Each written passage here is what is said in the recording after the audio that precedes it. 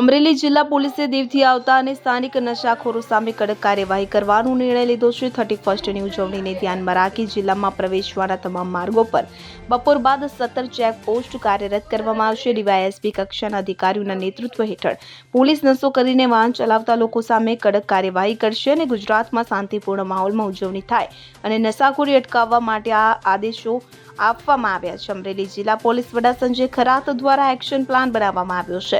દીવમાંથી નશો કરીને બેફામ વાહન ચલાવી અમરેલી, ભાવનગર, ગીર સોમનાથ સહિતના જિલ્લાઓમાં પ્રવેશતા લોકોને રોકવા માટે આ ચેકપોસ્ટ શરૂ કરાશે।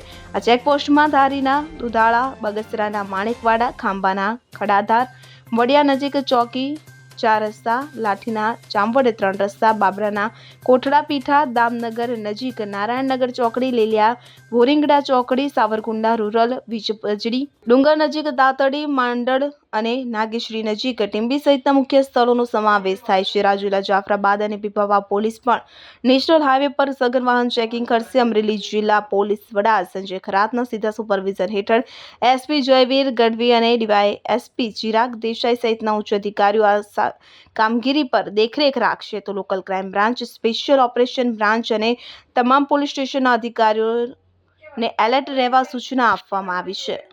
Bureau report CN24 news. હવે જુઓ દેશ દુનિયાની તમામ ખબરો તમારી આંગળીના ટેરવે। ઉઠાવો મોબાઈલ અને ગૂગલ પ્લે સ્ટોર પરથી ડાઉનલોડ કરો અમારી CN24 ન્યૂઝ મોબાઈલ એપ।